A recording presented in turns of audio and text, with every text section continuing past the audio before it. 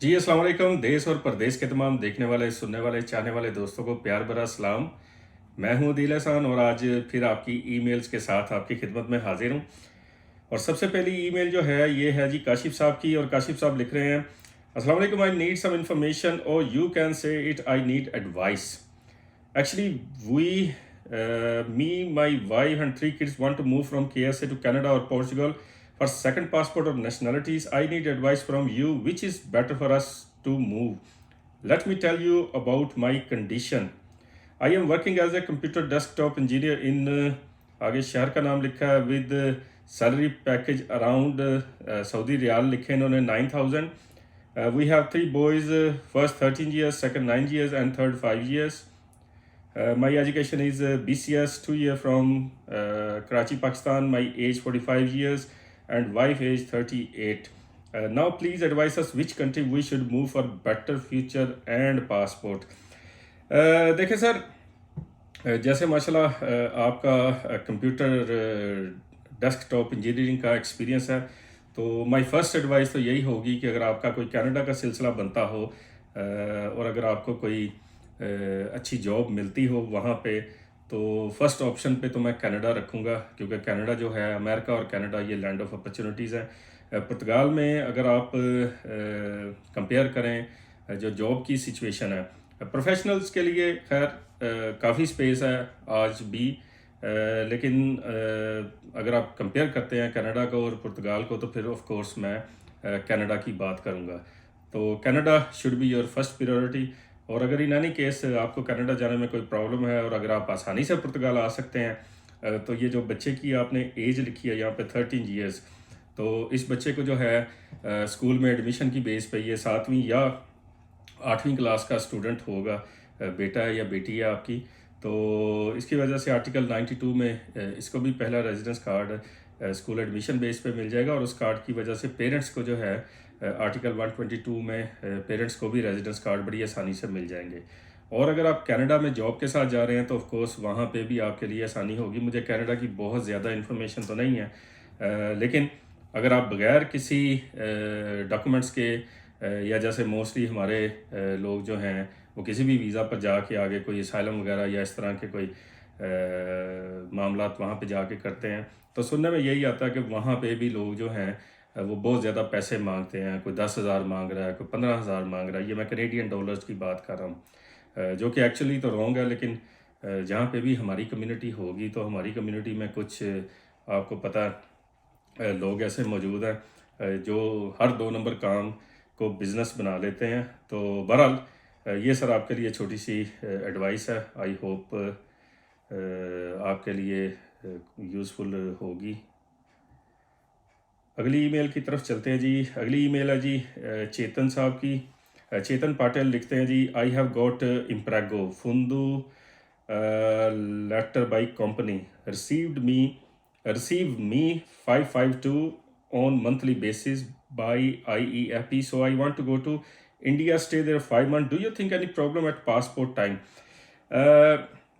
बड़ा ज़बरदस्त सवाल है जी। उन लोगों को जिनको पता नहीं है कि ये किस बारे में बात कर रहे हैं, तो ये अनएम्प्लॉयमेंट फ़ंड है। जो लोग पुर्तगाल में जिनके पास रेजिडेंस कार्ड होता है, तो या जिन्होंने पिछले कोई 1.5-2 साल मुसलसल काम किया होता है, तो वो फिर सेंट्रल इम्प्रेगो में रजिस्टर्ड करवाते हैं और अपने एम्प्लॉयर से एक लेटर लेते हैं उससे पहले, रजिस्टर्ड करवाने से पहले, कि मेरे पास अब मज़ीद जॉब नहीं है, तो मैं इस जो भी काम करने वाला एम्प्लॉई हो तो उसको जी मैं अब छुट्टी दे रहा हूँ क्योंकि मेरे पास मज़ीद आगे काम नहीं है। तो फिर वो लेटर लेके आप जाते हैं सेंट्रल इम्प्रेगो में, ख़ुद को रजिस्टर्ड कराते हैं एज अनएम्प्लॉयड। तो फिर आपको जो है हर महीने पैसे दिए जाते हैं, वो फिर डिपेंड करता है आपकी सैलरी के हिसाब से। तो सोशल सिक्योरिटी की तरफ से आपको फिर हर माह पैसे आते हैं। जैसे ये चेतन पाटिल साहब ने लिखा कि इन्हें 552 यूरोज़ जो हैं वो एवरी मंथ रिसीव हो रहे हैं। तो अगर आप चेतन साहब 5 महीने के लिए इंडिया जाना चाहते हैं तो वैसे जाने में तो कोई प्रॉब्लम नहीं है, और इसका नेशनैलिटी पे भी कोई असर नहीं पड़ेगा, क्योंकि आप लीगली अलाउड हैं एक रेजिडेंस कार्ड पे आप कंसेक्टिवली जो हैं वो 6 माह के लिए, और अगर आपके मल्टीपल विज़िट हों तो फिर 8 महीने के लिए जा सकते हैं। लेकिन आपने ये काम करना है कि ये जो आपको 552 चल रहे हैं, ये आपने सोशल सिक्योरिटी को इन्फॉर्म करके फिर जाना है, और you have to come back within 3 months. और अगर आप यानी ये अनएम्प्लॉयमेंट फ़ंड जो है ये लेना चाहते हैं, तो फिर ये 3 महीने के अंदर अंदर आप वापस आके उनको दोबारा से इन्फॉर्म करेंगे कि मैं वापस आ गया हूँ। यानी जाने से पहले आपने इसको बंद करवा के जाना है, और अगर आप 3 महीने के अंदर आप वापस आते हैं तो फिर उन्हें इन्फॉर्म करेंगे कि जी मैं वापस आ गया हूँ, और आपका ये अनएम्प्लॉयमेंट फ़ंड जो है ये फिर से कंटिन्यू हो जाएगा।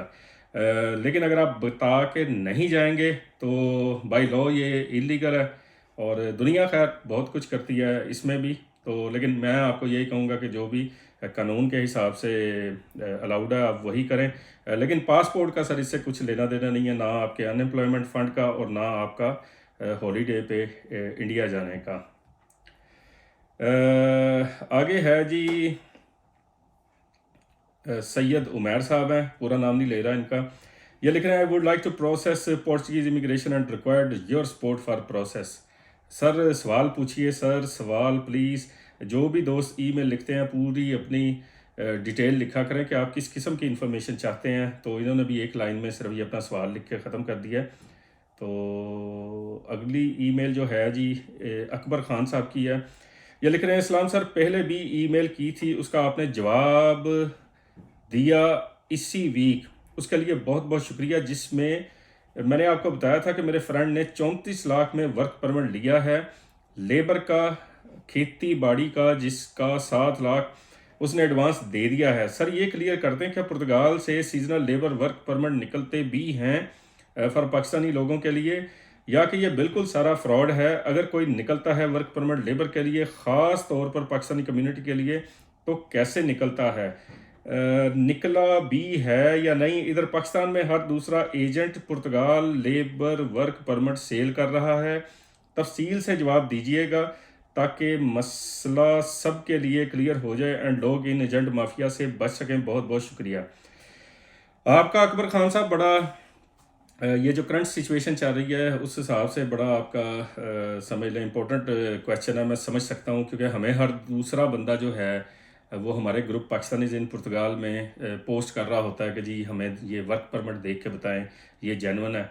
अब देखें, गवर्नमेंट की तरफ से जो पॉलिसी बनाई गई है वो ये है कि अगर आपको कोई भी एम्प्लॉयर है उसको काम के लिए वर्कर्स की ज़रूरत है, तो वो जो है वो दूसरे मुल्क से भी जो है वर्कर्स लेकर आ सकता है। अब हमारे लोग, जैसे ये मैं पहली ईमेल पे भी यही बता रहा था कि इवन कनाडा में भी किसी हमारे इंडियन एक सिख दोस्त हैं, तो वो गए थे पुर्तगाल का पासपोर्ट लेके कनाडा की इमिग्रेशन के लिए। तो उन्होंने जाके हमें बताया वहाँ पे कि जी यहाँ पे भी वही पुर्तगाल वाली गेम चल रही है कि जी लोग जो हैं वो कॉन्ट्रैक्ट बेच रहे हैं। तो कहता हम तो बड़ी मुश्किल से ज़िंदगी के 7-8 साल गुजार के हमने पहला अभी ये पासपोर्ट लिया है, तो अब फिर उसी प्रोसेस का फिर से हिस्सा बन जाए, यहाँ पे बैठ के रेजिडेंस कार्ड का या इस तरह से वेट करें। तो अनफॉर्चुनेटली इस काम में भी ऐसा ही है। अब ये जो आप कह रहे हैं कि जी इस पे मैं खुल के बताऊं, तो मैं तो पिछली ईमेल में भी आपको ये बता चुका हूँ सारी बात कि अगर तो आपको कोई जॉब ऑफ़र करता है तो फिर तो ठीक है, लेकिन हमें पता है ये पाकिस्तान में लोगों ने बिज़नेस बनाया हुआ है। लेकिन इसमें एक चीज़ मैं ये लाजमी कहूँगा कि ये लाजमी नहीं है कि हर जो बंदा इधर दुकानदारी लगा के बैठा है वो सही हो या गलत हो। इनमें से कुछ लोग आपका काम भी करवाएंगे, लेकिन उनकी जो काम करवाने वालों की भी जो रेशो है ना वो बहुत कम है। क्योंकि एम्बेसी जो है, हमारी जो इन्फॉर्मेशन है, जिन लोगों के पास सही से भी ये सारे सिलसिले चल रहे थे उनको भी वीज़ा में इशू आ रहा है। शुरू में एम्बेसी ने बहुत वीज़े दिए हैं और बड़े लोग आए हैं डी कैटेगरी का वीज़ा लेके, वर्क परमिट वीज़ा लेके, लेकिन अब सुनने में ये आ रहा है कि एम्बेसी जो है सब कुछ होने के बावजूद जो है वो जिसको दिल चाहे वीज़ा दे दे, जिसको दिल चाहे वीज़ा ना दे। तो आपने अगर अपने पैसे किसी को देने हैं तो सोच समझ के दें। मैं तो हमेशा खैर ये कहता हूँ कि दें ही ना आप, क्योंकि ये भी इलीगल है पैसे देना भी, और जो पैसे ले रहा है वो तो 100% आपके साथ इलीगल काम कर रहा है। तो इस हवाले से आपने इंतहाई केयरफुल होके करना है जो भी करना है। मैं तो बल्कि ये कहूँगा कि किसी को पैसे ही मत दें आप, और यही पैसे आप अपनी इमिग्रेशन की जो फ़ाइल है ये तैयार करके ख़ुद कोशिश कर सकते हैं अगर तो आपका काम हो जाए, ठीक है। अगर ना होगा तो मैक्सिमम आपका वीज़ा रिफ्यूज़ होगा, तो ये 70-80-100 150 मैक्सिमम डॉलर कह लें आप, यूरो कह लें, ये इतने लगेंगे, इससे ज़्यादा नहीं लगेंगे। एटलीस्ट आपके पैसे जो हैं ये आपके हाथ में होंगे और इन्हीं पैसों से आप पुर्तगाल में आकर कोई अच्छा बिजनेस भी कर सकते हैं छोटा मोटा। अगली ईमेल की तरफ चलते हैं। अगली ईमेल है जी फैसल साहब की। फैसल साहब लिख रहे हैं, अस्सलाम वालेकुम अदील भाई, क्या हाल है? आई होप आप रिप्लाई करेंगे। भाई मैं ग्रीस से आया था 9 महीने पहले इलीगल और आके फाइल लॉक करवाई थी। अपने निफ पे कंपनी बनाई है आज से 5 महीने पहले। आगे कंपनी का नाम लिखा है जी इन्होंने। अभी काम वगैरह स्टार्ट हो गया माशाल्लाह, सब ठीक है। अब मेरे फिंगर्स का टाइम नज़दीक आ रहा है।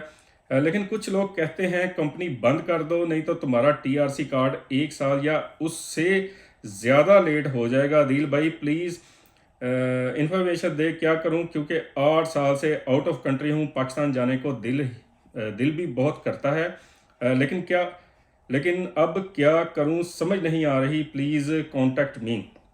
फैसल। तो फैसल साहब, आपकी ईमेल पढ़ के यकीन करें एकदम बड़ा झटका लगा। आप जैसे जो लोग जो पिछले 8 साल से अपने वतन वापस नहीं गए, अपनी फैमिली के पास नहीं गए वापस, तो मैं आपका दर्द बड़े अच्छे तरीके से समझ सकता हूँ। ये बड़ी ही अफसोस की बात है कि आप यूरोप आए और इतना आपको वक्त हो गया कि आप अपने रेजिडेंस कार्ड टाइमली जो है वो बनवा नहीं सके। पुर्तगाल में जो भी आता है वो मैक्सिमम 2 से 2.5 साल में पहला रेजिडेंस कार्ड ले लेता है। लेकिन इसके लिए भी यही है कि वो अगर सही बंदों के हथे चढ़ा हो, गलत बंदों के हथे ना चढ़ा हो। तो बहरहाल अल्लाह ताला आपके लिए आसानियाँ पैदा करें। और जहाँ तक आपका क्वेश्चन जो है, देखें ये बिल्कुल फजूल बात है। जो भी शख्स ये आपको डराता है या इस तरह का आपको कह रहा है कि जी आपको बड़ा टाइम लग जाएगा, 1 साल ज़्यादा लग जाएगा, या ये हो जाएगा वो हो जाएगा, आपने इन जैसे लोगों की सोहबत से भी बचना है, इनके करीब भी बैठना नहीं है, इनकी किसी बात को सुनना नहीं है। और अगर आप इनके पास बैठे भी हैं तो एक कान से सुने और दूसरे से इनकी बातें जो है वो बाहर निकालते जाएं। बिल्कुल ऐसी कोई बात नहीं है। एक ही टाइम पे सबकी ईमेल आती है, एक ही टाइम आगे रेजिडेंस का प्रोसेस होता है। तो आपकी भी ईमेल आपने फाइल लॉक की हुई है, तो इंशाल्लाह उसी टाइम स्केड्यूल के हिसाब से आपकी ईमेल आएगी और उसी तरह आप बायोमेट्रिक की अपॉइंटमेंट बना के सैफ के ऑफिस जाएंगे, अगर तब तक सैफ हुई। वैसे तो 29 अक्टूबर को सैफ का भी खात्मा हो रहा है। लेकिन ये जो आपको किसी ने डराया हुआ है, इसमें किसी किस्म की कोई सच्चाई नहीं है और आपने बिल्कुल भी इस पे यकीन नहीं करना। तो कोई भी घबराने की या परेशान होने की ज़रूरत नहीं है। आगे हैं जी अगली ईमेल। ये फिर फैसल साहब की है, शायद इनसे 2 दफ़ा हो गई है ईमेल। और इसके बाद साकिब साहब हैं। साकिब साहब लिख रहे हैं जी, अस्सलाम वालेकुम dear sir, I hope you are well. I am from Khyber Pakhtunkhwa Pakistan. I am a professional social worker with master degree in social work. माशाल्लाह जी। I have 10 years plus relevant work experience in provincial government departments. I have worked in prisoner reform sector as a probation officer and currently working as social welfare officer in social welfare department, government of KP. Sir, I want to move to Portugal through work permit visa or job search visa. Please guide me. What route should I opt for it to move with family? How can I get a job in a relevant field sector as per my qualification? Do the employers value consider Pakistan's education and work experience? Saqib साहब, ये जिस field में आप काम कर रहे हैं, मेरी इंफॉर्मेशन के हिसाब से शायद पुर्तगाल में तो आपके लिए कोई स्पेस ना बनती हो, क्योंकि मेन लैंग्वेज बैरियर होगा। लेकिन आप जिस फील्ड में काम कर रहे हैं, तो यहाँ पे मैं एक ऐसे शख्स से मिला हूँ जो आपकी ही फील्ड में काम कर रहे हैं। और वो भी इसी तरह, ये जो प्रिजनर्स हैं तो उनके साथ यही जो आपने बताया सेम सोशल वेलफेयर ऑफिसर का वो काम कर रहे हैं। और उनसे मेरी इत्तफाकन मुलाकात हुई थी, ये आज से कोई तकरीबन 3 माह पहले की बात है। तो मुझे बड़ा वो एक इंटरेस्टिंग ये फील्ड लगी और इसीलिए मुझे याद है। उनकी खैर कॉन्टैक्ट डिटेल्स वगैरह भी मेरे पास हैं, अगर आपको चाहिए होंगी। लेकिन वो यूके में काम कर रहे हैं, तो आपकी रेलेवेंट फील्ड में तो मुश्किल है। इसके लिए आपको इंग्लिश स्पीकिंग कंट्री देखें, जैसे न्यूजीलैंड हुआ, जैसे कनाडा हुआ, अमेरिका हुआ, इंग्लैंड हुआ, आयरलैंड हुआ। तो ऐसे ममालिक में आप कि एक्सपीरियंस के हिसाब से कुछ ना कुछ बन सकता है, लेकिन पुर्तगाल में जो है वो मुश्किल है। बाकी पुर्तगाल का जो आप पूछ रहे हैं कि रूट, तो देखें आप आज की डेट तक जो पुर्तगाल का कानून है, अगर आप शेंगन वीज़ा लेके आते हैं तो फिर तो आप अपनी इमिग्रेशन को कंटिन्यू कर सकते हैं, और वो चाहे किसी भी कैटेगरी का हो, इसके अलावा और दूसरा कोई रास्ता नहीं है। साकिब साहब की फिर ईमेल है, लिख रहे हैं जी अस्सलाम वालेकुम जी सर, उम्मीद है आप खैरियत से हैं। मैं मास्टर डिग्री होल्डर हूं इन सोशल वर्क, 10 साल से ज़्यादा वर्क एक्सपीरियंस है रेलेवेंट फील्ड में। प्रोबेशन ऑफिसर रह चुका हूं प्रिजनर रिफॉर्म डिपार्टमेंट में, और करंटली सोशल वेलफेयर डिपार्टमेंट में as a social welfare officer काम कर रहा हूं। पुर्तगाल में higher study in relevant courses के लिए अच्छी और कम फीस वाली यूनिवर्सिटीज़ रिकमेंड कर दें। यूनिवर्सिटीज़ की रिकमेंडेशन के लिए सर आप जो हैं हमारी स्टडी इन पुर्तगाल वाली वीडियो देखें, वो यूट्यूब के पेज देश और प्रदेश जो यूट्यूब का पेज है, उसमें लाइव के अपने सेक्शन में जाना है, तो लाइव वीडियोस के सेक्शन में आपको ये वीडियो जो है ये मिल जाएगी। अच्छा जी, अगली ईमेल की तरफ चलते हैं, और ये ईमेल इन्होंने लिखा जी कि मेरा नाम आप मेंशन मत करें। वो तमाम लोग जो नाम का बोलते हैं कि जी मेंशन ना करें, उनसे ये रिक्वेस्ट है कि आप ईमेल के स्टार्ट में लिखा करें, आप जहाँ पे नेम का सेक्शन है वहाँ पे कोमा में लिख दिया करें कि मेरा नाम ना मेंशन करें। अभी इनकी ईमेल पे मैंने सारी वो जब ईमेल पढ़ी और एंड पे लिखा हुआ था कि जी मेरा नाम नहीं मेंशन करना, तो मैं उससे पहले सब कुछ बता चुका था, क्योंकि मैं ये बिल्कुल जैसे जैसे आपकी ईमेल आती हैं तो ये मैं पढ़ता हूँ, ये कोई वो मैं पहले पढ़ के तो फिर नहीं रिप्लाई करता, जो भी ईमेल सामने आती है तो मैं उसी टाइम इसका रिप्लाई कर देता हूँ। खैर, Salam brother, you are doing your best to support community. I appreciate you and pray for your more respect. My question is that if any person having driving license of Italy 5 years old locks this while in Portugal, is he eligible to apply for driving job? Please don't mention my name on air. तो आपका नाम नहीं मैंने mention किया। बाकी जो आपका सवाल है, देखें जब तक सर आपके पास रेजिडेंस कार्ड नहीं ना होगा तो आप एज ए प्रोफेशनल ड्राइवर आप काम नहीं कर सकते। आप 6 माह के लिए अलाउड हैं अपने ड्राइविंग लाइसेंस पे किसी भी दूसरे मुल्क में जाकर गाड़ी चला सकते हैं, लेकिन अपने ज़ाती इस्तेमाल के लिए। अगर आप एज ए प्रोफेशन करना चाहेंगे तो उसके लिए आपके पास लोकल जो है ड्राइविंग लाइसेंस हो, जो कि जब तक कि आपके पास रेजिडेंस कार्ड नहीं होगा उससे पहले वो तब्दील नहीं हो सकता। और इसके बाद अगली ईमेल है, इन्होंने भी लिखा है कि मेरा नाम मत लें, और इन्होंने लिखा जी कि इनका मई 2024 तक जर्मनी का वीज़ा है, साल का मल्टीपल। और इसके बाद आगे लिखा है जी इन्होंने फ्रांस का विज़िट किया है 2008 में, 2021 में स्विट्ज़रलैंड, जर्मनी, हंगरी, लिथुआनिया का विज़िट किया है, और कंपनी है सोल प्रोप्राइटर के नाम। वाइफ का वीज़ा अप्लाई करना है, वाइफ और 2 किड्स का। मुझे अभी किस मुल्क का वीज़ा अप्लाई करूं, और फैमिली वीज़ा अप्लाई करते वक्त अपना वीज़ा या बैंक और गाइड भी अच्छी तरह मेंटेन, कंपनी अकाउंट डॉक्यूमेंट लगाना बेहतर होगा या ज़रूरी नहीं? खिदमत खल का अजर ज़रूर अता फरमाएगा इंशाल्लाह। देखें मैं सबको यही कहता हूँ कि जब आपको एक एम्बेसी से वीज़ा मिला हुआ है तो फिर आप ये किसी दूसरी एम्बेसी को स्विच ना किया करें। अगर आपकी ट्रैवल हिस्ट्री अच्छी है और आप बार बार आ जा रहे हैं, फिर चाहे आप अकेले हों, फैमिली के साथ हों, और उसी एम्बेसी का आप अप्लाई किया करें जो एम्बेसी आपको एक दफ़ा वीज़ा देती है, क्योंकि आपकी एक हिस्ट्री जो है वो बन चुकी होती है। तो ये आपको बार बार किसी भी दूसरी एम्बेसी का स्विच करने की ज़रूरत नहीं है। अगर आपका वीज़ा वैलिड है अभी, तो आप अपने वीज़ा की कॉपी जो है अपने बीवी बच्चों के साथ जो एप्लीकेशन लगाएंगे उसके साथ आप लगा सकते हैं। और बाकी अगर आपके ये जो आपने कंपनी वगैरह का जिक्र किया है कि जी सब कुछ है, तो ये सारे डॉक्यूमेंट्स आपने देने हैं, क्योंकि आप अपने बीवी बच्चों के जो हैं वो एज ए स्पॉन्सर, यानी उनके जितने भी एक्सपेंसेस हो रहे हैं इस ट्रैवल पे, वो आपकी तरफ से पे किए जाएंगे। तो आप जो हैं अपने तमाम डॉक्यूमेंट्स, अपनी कंपनी के डॉक्यूमेंट्स, अपने फैमिली के डॉक्यूमेंट्स, अपनी bank statement, NTN, sale tax registration, और इसके अलावा अगर आपके नाम पे कोई प्रॉपर्टी वगैरह है तो ये सारे डॉक्यूमेंट्स आपने देने, क्योंकि आप अपने बीवी बच्चों के स्पॉन्सर होंगे, और उसी एम्बेसी में अप्लाई करें जिसका वीज़ा आपका जो है वो अभी वैलिड है। और ये ईमेल जनाब जो चल रही हैं अभी, ये 20 अगस्त तक की मैं पढ़ रहा हूँ। इसका ये मतलब बिल्कुल नहीं है कि 20 अगस्त की ख़त्म हो चुकी हैं, ये अभी 20 अगस्त की ही चल रही हैं। वकार खान साहब लिखते हैं जी, सलाम sir, my name is Mohammad Waqar Khan, KBK, currently working as a manager in healthy fast food company. Dubai for over 10 years. I wanted to send my family to Portugal. My wife, 5 years old son, and twins baby girls. MashaAllah ji.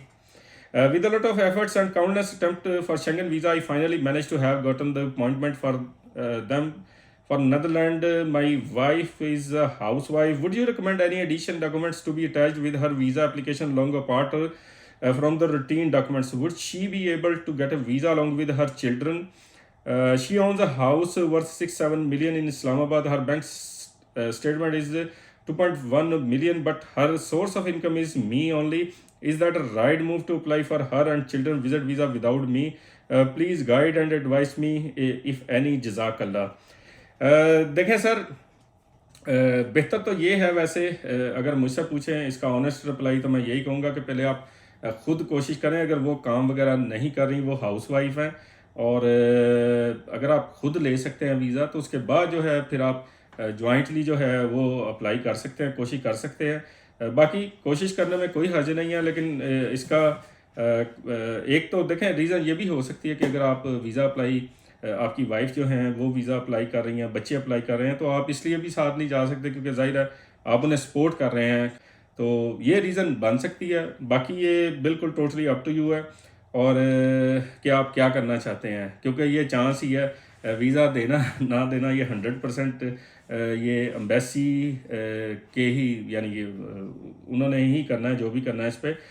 और दूसरा जो आपने लिखा है, उनकी property जहाँ पे भी है, तो बिल्कुल वो ये उनकी वर्थ साबित करेगी कि जी उनके पास एसेट्स वगैरह भी हैं, और बच्चों के साथ जा रही हैं, पीछे आप हैं, तो आप ज़ाहिर है उन्हें फाइनेंशियली सपोर्ट कर रहे हैं, तो ये रीज़न तो बन सकती है इस तरह से भी। और ये भी हो सकता था कि पहले आप खुद जाते और बाद में जो है अपने साथ दोबारा फैमिली का, इन केस अगर आपको वीज़ा मिल जाता। तो ये थी जी आज की आखिरी ईमेल, और अभी जो है ये 20 अगस्त की जो है ये ईमेल चल रही हैं, और इंशाल्लाह मैं कोशिश कर रहा हूँ जल्दी जल्दी आपकी जो ईमेल्स हैं ये सारी पढ़ी जाएं और इनके जवाब दिए जाएं।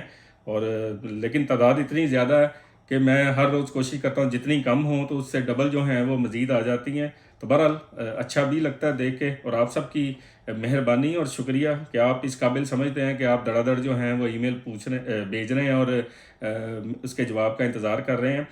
तो अब आप सबसे इजाज़त चाहूँगा। आप सब अपना ख्याल रखिएगा और दुआ में याद रखिएगा। अल्लाह हाफिज़।